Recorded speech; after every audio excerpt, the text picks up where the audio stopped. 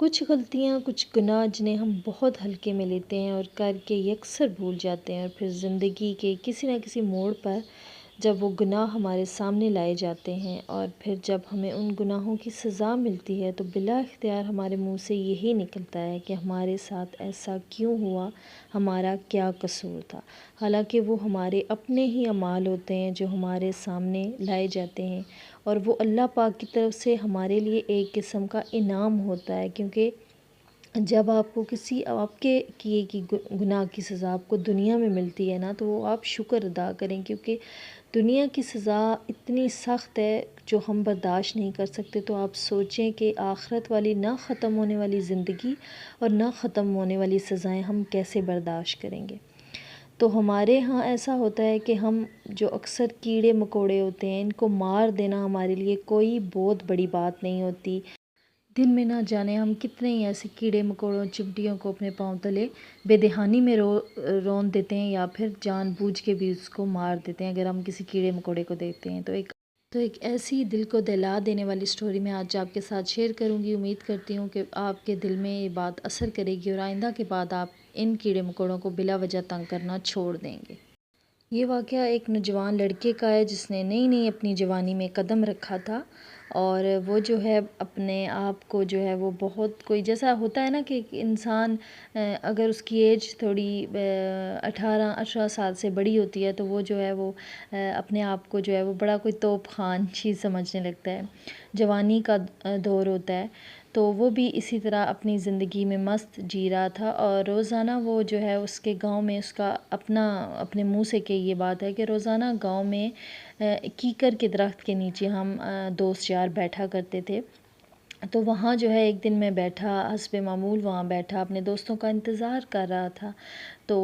میرے دوست آ نہیں رہے تھے، اور وہاں میں نے ایک کیڑا دیکھا۔ مطلب وہ جو ہے بار بار درخت کے اوپر چڑھ رہا تھا اور پھر دوبارہ سے وہ گر رہا تھا، لیکن وہ ہار نہیں مان رہا تھا۔ تو مجھے ایک شرارت سوجی، میں نے کیکر کا کانٹا اٹھایا اور میں نے جو ہے وہ اس کو چبونا شروع کر دیا۔ میں اس کو چبوتا، وہ تکلیف سے تڑپتا اور پھر وہ گر جاتا نیچے، لیکن پھر وہ ہمت کرتا اور پھر وہ درخت کے اوپر چڑھنے کی کوشش کرتا، اور پھر میں اسے دوبارہ سے جو ہے وہ کیکر کا کانٹا چبوتا، اور پھر وہ درد میں جو ہے وہ ہلتا اور پھر نیچے گر جاتا۔ یہ میں نے کتنی دفعہ اس طرح میں کرتا رہا، تب تک بھی جب تک میرے دوست نہیں آئے میں اسی شغل میں لگا رہا۔ آخر کار اس کیڑے کو میں نے جوتے سے رون دیا، استغفار، اس کو میں نے مار دیا۔ اسی طرح وہ کہتا ہے کہ بس پھر اپنے دوستوں کے ساتھ رہے، پھر پڑھائی مکمل کی، نوکری کرنے کا ٹائم آیا، نوکری کی۔ تو وہ کہہ رہا ہے کہ میں جو ہوں وہ فوج میں جو ہے وہ بھرتی ہوا، اور فوج میں آپ کو پتہ ہے کہ ٹرانسفر ہوتے رہتے ہیں ایک شہر سے دوسرے شہر۔ تو وہ بولا کہ میں جو ہوں میرا ٹرانسفر جو ہے وہ کسی دوسرے شہر میں ہوا، میں گھر آیا، میں نے وہاں سے اپنا سامان لیا، اور چونکہ مجھے صبح نکلنا تھا، سفر لمبا تھا، میں نکلا گھر سے سامان لے کے۔ اس دور میں بکسے ہوا کرتے تھے، تو میں اپنے ساتھ بکسے لے کے چلا، تو ہم ان کو سوٹ کیس یا جو ہے وہ کہہ رہے ہوتے ہیں کہ لگیج کہہ رہے ہوتے ہیں، لیکن اس ٹائم وہ اس کی اپنی زبانی ہے کہ بکسے تھے میرے ساتھ جن میں میرا سامان تھا، میری رضائی وغیرہ تھی، پیٹی وغیرہ چھوٹی جو گتے وغیرہ کی ملتی ہے اس میں۔ تو وہ کہہ رہا ہے کہ میں مطلب جا رہا ہوں، سفر کر رہا ہوں، میرے کافی آپ کو پتہ ہے سفر میں لوگ آتے ہیں جاتے ہیں۔ تو اس نے دیکھا کہ جب وہ اترنے لگا تھوڑے سے مطلب اپنے سٹاپ سے پیچھے، تو اس نے دیکھا کہ ایک فالتو بکسا اس کے بکسوں کے ساتھ پڑا ہوا ہے۔ تو وہ کہتا ہے کہ میں نے آس پاس بھی دیکھا تو کوئی مجھے بندہ ایسا نہیں مطلب لگا کہ یہ جس کا یہ بکسا ہو، کیونکہ مجھے لگ رہا تھا کہ سفر میں ہی زیادہ کر رہا ہوں، کیونکہ میں نے ہی بس میں جو ہے وہ 2 سیٹیں ایکسٹرا رکھوائی تھی کہ مطلب اپنے سامان کے لیے، تو وہ بکسا میرے ساتھ پڑا ہوا ہے۔ تو وہ کہتا ہے ایک دم سے نا میرے دل میں کچھ لالچ ہوا کہ شاید اس بکسے میں کیا ہے، تو یہ میں جو ہوں یہاں مجھے کسی کا لگ بھی نہیں رہا، تو یہاں میں اپنے اس کو پاس ہی رکھ لیتا ہے۔ وہ اسی طرح کہتا ہے میں نے اپنے پاس رکھ لیا وہ بکسا۔ جب میں نیچے اتارنے لگا، اس بس کا جو کنڈکٹر تھا وہ میرے ساتھ سامان نیچے اتارنے لگا، تو یہ کافی بہت بھاری بکسا مجھے لگا، اور میرے دل میں اور لالچ آیا کہ شاید اس میں کوئی قیمتی سامان ہے۔ تو وہ کہتا ہے کہ جب مطلب میں نے اترا اپنے اسٹاپ پہ، میں نے وہاں سے رکشہ کیا اپنی منزل تک، اپنی پوسٹ پہ پہنچنے کے لیے، تو جب میں نے رکشہ کیا تو راستے میں جو ہے وہ چیکنگ ہو رہی تھی اور مجھے بھی روک لیا گیا، میں بھی رکا۔ جب میری چیکنگ ہوئی انہوں نے پوچھا کہ یہ سامان، میں نے کہا یہ سارا سامان میرا ہے۔ تو جب انہوں نے بکسوں کو مطلب انہیں ایک بکسے میں شک ہوا اور جب انہوں نے مجھ سے پوچھا تو میں نے کہا یہ میرا ہی بکسہ ہے، لیکن جب انہوں نے اس بکسے کو کھولا، تالا کھولا، وہ ایک قتل کی جو ہے وہ واردات ہوئی تھی اور وہ اس قتل کا معاملہ جو ہے وہ سولو کر رہے تھے اور گاڑی میں جو ہے وہ ہر آنے جانے والے لوگوں کو روک رہے تھے اور مجھے نہیں معلوم تھا، اور جب وہ بکسہ جو میرے سامان کے ساتھ تھا اسے کھولا گیا، اس کا تالا توڑا گیا، تو اس میں سے ایک آدمی کی لاش نکلی اور یہ چیز دیکھ کر میرے رونگٹے کھڑے ہو گئے،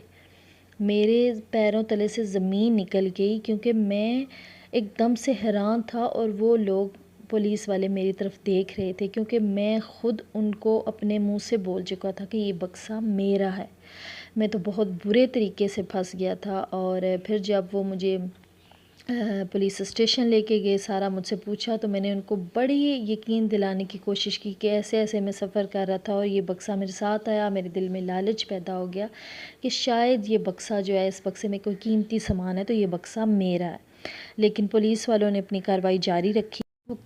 کہتا ہے کہ میں نے بہت یقین دلانے کی کوشش کی، لیکن پولیس والوں نے جو ہے نا اپنی کارروائی کو جاری رکھا، اور بالآخر مطلب میں فوجی بھی تھا، فوج میں تھا، تو مجھے اس کی زیادہ جو ہے وہ ڈبل سزا ملی کہ میں جو ہے وہ قانون کو جانتے ہوئے بھی، اپنے ملک کی وفاداری اور حفاظت کا خیال رکھتے ہوئے بھی جو ہے نا میں نے یہ کام کیا اور مجھے سزائے موت ہو گئی۔ جب مجھے سزائے موت کے آرڈر ہو گئے تو میں جو ہوں، جب مجھے سزائے موت والے مجھے قید کر دیا گیا تھانے میں، میں جب جیل میں پہنچا وہاں میں جو ہوں اللہ کے قریب ہوا، اور میں جو ہوں وہاں سے اللہ پاک سے رو رو کے معافی مانگتا کہ یا اللہ پاک، میں نے ایسا کون سا گناہ کیا ہے کہ جس کی آج یہ سزا مجھے مل رہی ہے، اور بہت زیادہ سوچنے کے باوجود بھی میرے ذہن میں ایسا کوئی گناہ نہیں آ رہا تھا۔ میرے پھانسی کے آرڈر میں صرف 2 دن رہ گئے تھے، اور اسی طرح میں ایک رات رب سے معافی مانگتے مانگتے سو گیا، اور جب میں گہری نیند میں گیا تو میں نے خواب میں دیکھا کہ اسی طرح اپنے گاؤں کو میں نے خواب میں دیکھا اور اپنے دوستوں کو دیکھا، اور اسی طرح میں نے اس کیکر کے درخت کو دیکھا، اور سارا منظر وہ جب ایک دم سے میری ہڑبڑا کے آنکھ کھلی، اور جب میں اٹھا تو میں نے اپنے پاؤں کے اوپر ایک ننھی سی چیونٹی کو چڑھے ہوئے دیکھا، تو ایک دم سے میرے جسم میں کپ کپی طاری ہو گئی اور میرے رونگٹے کھڑے ہو گئے، اور مجھے وہ کیڑا یاد آ گیا جو میں نے کبھی بچپن میں اس کو میں بچپن سمجھتا تھا جب میں نے اسے تکلیف پہنچائی تھی، اور آج مجھے میرے سوال کا جواب مل گیا تھا کہ میرا کیا قصور تھا، اور میں سوچ رہا تھا کہ اس ننھے کیڑے کا کیا قصور تھا، وہ بھی تو جاندار تھا، اس میں بھی تو جان تھی، اور بلا وجہ میں نے اسے تنگ کیا، اور بالآخر تنگ کرنے کے بعد اسے میں نے پیروں تلے رون دیا،